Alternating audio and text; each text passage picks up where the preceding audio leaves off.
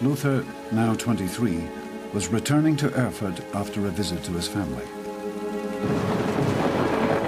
when suddenly he was caught in a massive thunderstorm.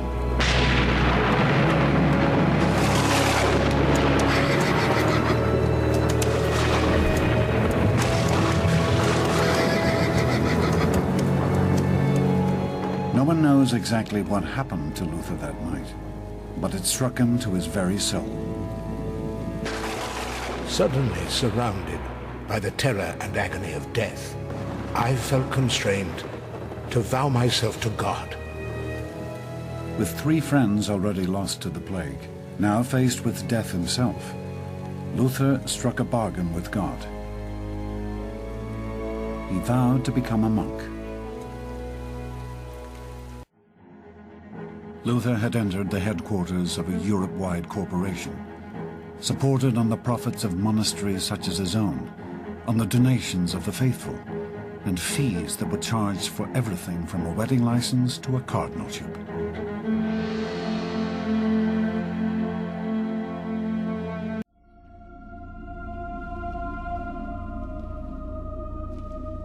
Luther also discovered that the church was happy to profit from its pilgrims.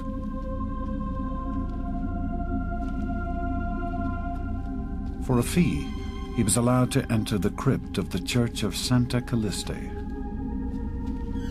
Here, he could view the remains of 46,000 Christian martyrs.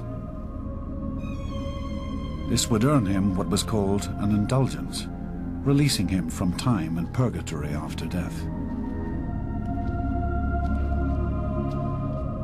Purgatory was where Christians would have their sins burned out of them for what could be thousands of years before they were finally allowed to enter heaven.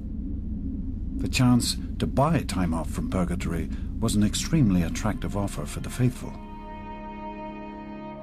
and very profitable for the church.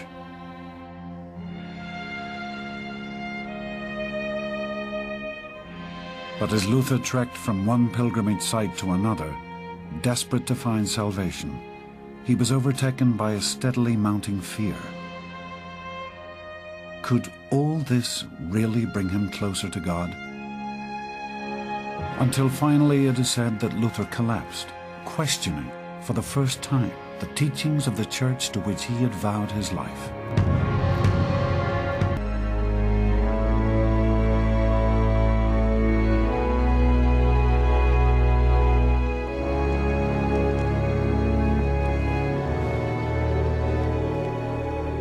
It was a revolutionary moment. For his whole life, Luther had believed that it was through the rituals of the church that he would achieve salvation. But now he realized that salvation could only take place directly between God and the individual. No earthly institution could believe for you, atone for you, or stand between you and your God. 7 years had passed since Luther's visit to Rome. In that time, Pope Julius II had died. He was succeeded by Leo X. And Leo was a man devoted to the pleasures of the flesh. Within 2 years of sumptuous festivals and wild boar hunts, Leo had emptied the papal treasuries. He was forced to halt work on the church's greatest extravagance yet, the glorious Basilica of St. Peter's. Leo was unconcerned. To refill his treasuries, he turned to one of the church's most proven methods for raising money: selling indulgences, charging the faithful for entry into heaven. This indulgence was basically a piece of paper sold for a very appropriate sum of money, incidentally adjusted to your means, which promised to pay the bearer on demand forgiveness of sins. Leo's indulgence had a number of unique benefits. You could buy one not just for yourself, but also for your dead relatives. Here was salvation in exchange for a sum.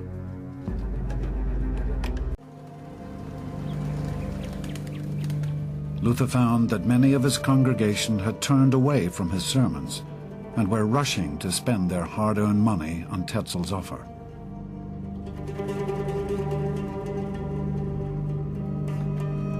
But for Luther, his moment of revelation had left him with one simple message. Salvation was a gift from God, a gift received through faith. And that meant the church had no right to sell redemption.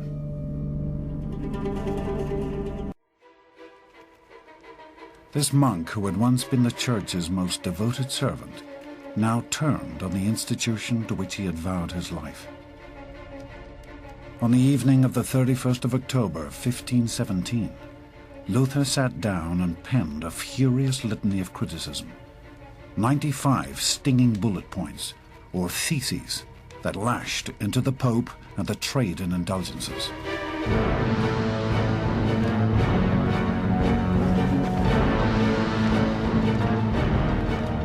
Then he nailed them to the door of Wittenberg's castle church. It was a blistering attack on the greatest power of the day. It was standard practice to pin texts for academic discussion to the church door. Luther was about to become one of the first top-selling authors in history. Less than 70 years before, another German, Gutenberg, had perfected the world's first printing press. Already, printers were running off countless books and pamphlets, even Leo's indulgences. And now Luther's outspoken work was copied down and set for printing. The theses would spread like wildfire across Germany, setting Luther and all Europe on a path no one could have anticipated. But the church had a name for works like this. They were heresy. And heresy called for a swift response. The first victims were Luther's books. And the next would be Luther himself. In Rome, Luther's writings were causing mounting fury. Pope Leo X now turned to the mightiest weapon in his arsenal: excommunication. With this, Leo could condemn Luther to an eternity of hell in the next world, and to make him an outcast in this.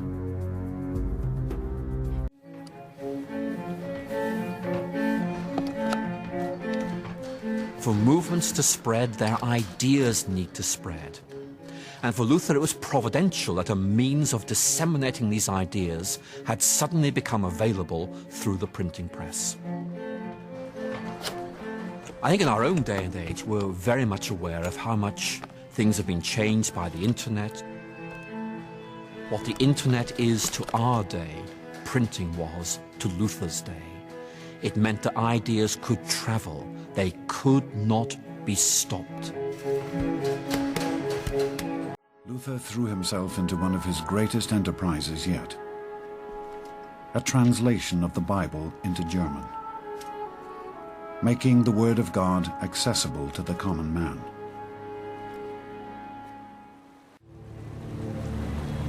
He was now a hero, the figurehead of a revolution. The torrent of reform that Luther had unleashed remained unstoppable. This movement, known as Protestantism, swept across Germany and then onto France, the Netherlands, Belgium. But in every place, it took a different form. In Geneva, John Calvin founded a community where everyone had to live by rules based on the strictest of religious ideals. Citizens would be fined even for missing a sermon. In England, it would take a bloody civil war before Cromwell could establish his vision of a Protestant state. And then in the newly discovered territories of America, the Pilgrim Fathers would found a nation on Luther's principles of religious freedom.